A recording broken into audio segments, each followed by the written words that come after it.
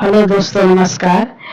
ये दुर्गा माई का गाना है नाना करके, तो आप लोग सुनिए, लाइक करिए, शेयर करिए, सब्सक्राइब भी करिए, सपोर्ट करिए। आप लोग से हाथ जरूरत है कि आप लोग सपोर्ट करिए, आगे उनको बढ़ाइए। सबके ही बेरिया फुलावा फुलाई गइल, फारवा ही लगी गइल निबियाक हमारे बेरिया काहे पतवा झड़ गए हमारे बेरिया।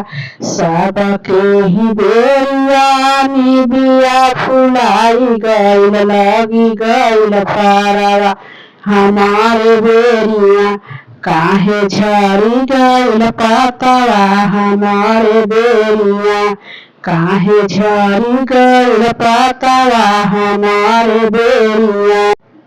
गंगा जल लाई बनी बिया के तारवा चढ़ाई बना, गंगा जल लाई बनी बिया के तारवा चढ़ाई बना हमारे बेरिया काहे झड़ी जल पताइया बिया कना हमारे बेरिया काहे झड़ी जल बिया पताइया।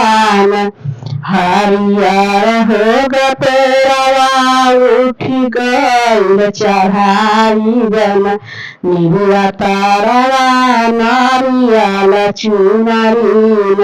हरियर हो गया उठी गइल चढ़ाई बना, हम नारियल चुनरीन बिया के तारवा हमारे बेरिया काहे झड़ी जलनी बिया पताइया, काहे झड़ी जलनी बिया पताइया, काहे झड़ी जलनी बिया पताइया।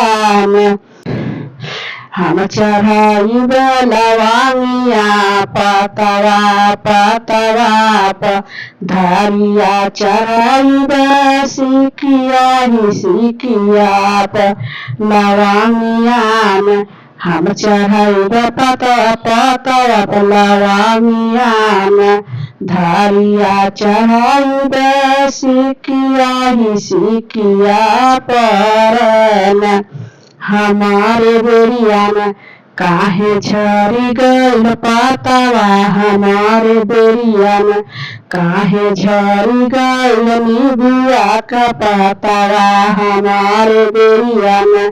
अड़हुल का फूलवा चढ़ाई निबिया पतवा अड़हुल का फूलवा चढ़ाई निबिया पतवा हमारे बेरिया काहे झड़ गई बिया पतवा हमारे बेरिया, काहे झड़ गई बिया पतवा हमारे बेरिया। आवेली माई बिया के तारवा संग लगौली, माई छहवा छहैली संग लगौली। आवेली माई बिया के तारवा संग लगौली, माई छहवा छहैली संग लगौली। हमारे बेरिया काहे झड़ गई बिया पतवा हमारे बेरिया, काहे झड़ गई बिया पतवा हमारे बेरिया। सबके ही बेरिया फुलाई गइल बिया फरी गइल हमारे बेरिया, काहे झड़ी गई बिया का पतवा हमारे बेरिया, काहे झड़ी गई बिया पतवा हमारे बेरिया।